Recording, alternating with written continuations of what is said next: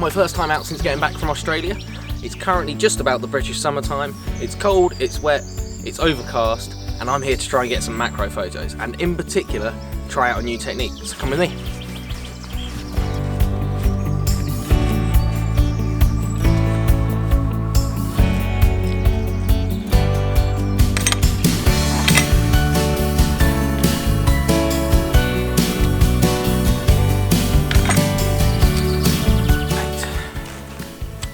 So I'm here at my first location. I'm being quite optimistic, if I'm honest, because it's really damp, so not a lot of the little bugs are going to be that active. They're going to be hunkered down, staying warm and dry if they can. It's also not warm enough for them to come out and sort of bask and warm up and then get active. There are a few tiny little things about, so I'm just going to have a little wander around, see what I can see if there's anything that catches my eye. If not, it may be a case of move on to the next location. Let's see what we can do.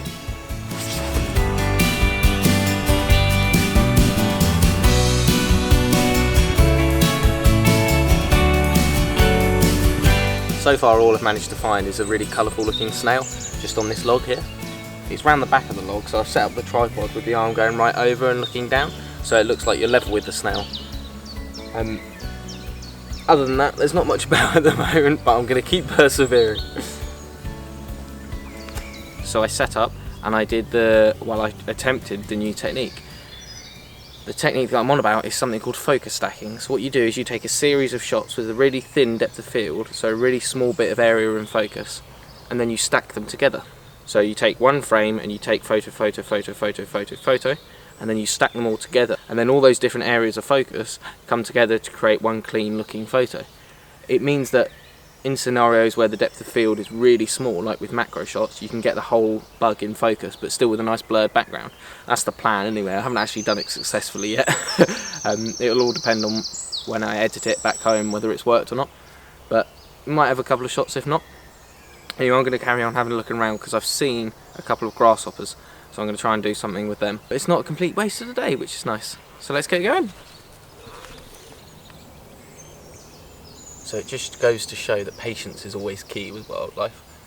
I've been searching for about half an hour now for something interesting to photograph. I didn't really find any grasshoppers, but just through here is a tiny little damselfly I'm going to try and get a shot of. And having said that, some sort of robber fly has just landed next to me as well. I'll try and get a shot of him. But when I go for the damselfly, I'm going to try the same technique as the snail to not disturb it. So I'm going to go right over the top using my little tripod here with the arm. And that way, hopefully I won't disturb it. There's actually a couple, now that you get your eye in. Let's get snapping.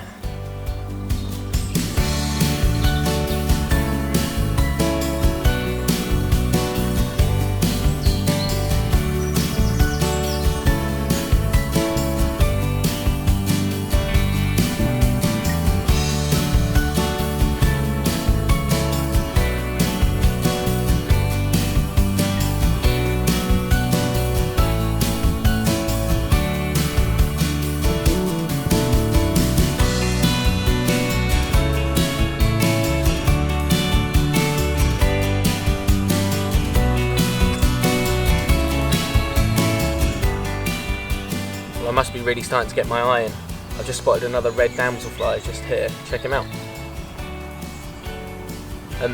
One of the advantages when it's cool like this is that the damselflies and dragonflies and all those sorts of bigger insects don't really move as much because it's cold and damp, so they don't have the energy or the strength just to fly about and move, which means that if you're really careful and gentle, you can get really close and really have a lot of time with them to take the shots.